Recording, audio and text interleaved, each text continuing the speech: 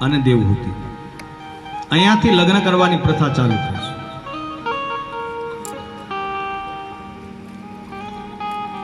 બ્રહ્માજીના કહેવાથી કરદમ મહારાજ તપ કરે છે. તપ પરિપૂર્ણ થયું છે. ભગવાનને એમ થયું, જો ભગવાન ભાગવતમાં બહુ સરસ લખ્યું, અહીંયા કરદમ મહારાજે નથી જોયું, ભગવાન આવીને જોવે છે.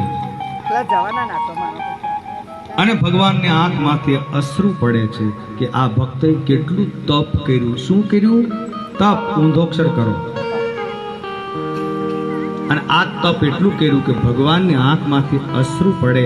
આ આંસુની નદી બની ગઈ છે, બિંદુ સરોવર જેને કહેવામાં આવે છે. જ્યાં બહેનોનું શ્રાદ્ધ થાય છે, પુરુષોનું શ્રાદ્ધ થાય એ ગયાજીમાં થાય છે. પણ કાલ સવારે કથા આપણે જોઈ, ગયાજીમાં પણ જો મુક્તિ ન મળે તો શ્રીમદ ભાગવતીની કથા. કદાચ ગયાજીના શ્રાદ્ધમાં જો પરિપૂર્ણ શ્રાદ્ધ ન થાય અને પિતૃને મુક્તિ ન મળે તો એકવાર ભાગવતનો આશ્રય કરી લેજો સાહેબ. એટલે ભગવાનને જોઈને કરદમ મહારાજ કહે છે, પ્રભુ હું આપની સ્તુતિ કરું છું. સ્તુતિ તો કરે પણ ભગવાનને કીધું કે હું તમને દેવા આવ્યો છું, તમે માંગો.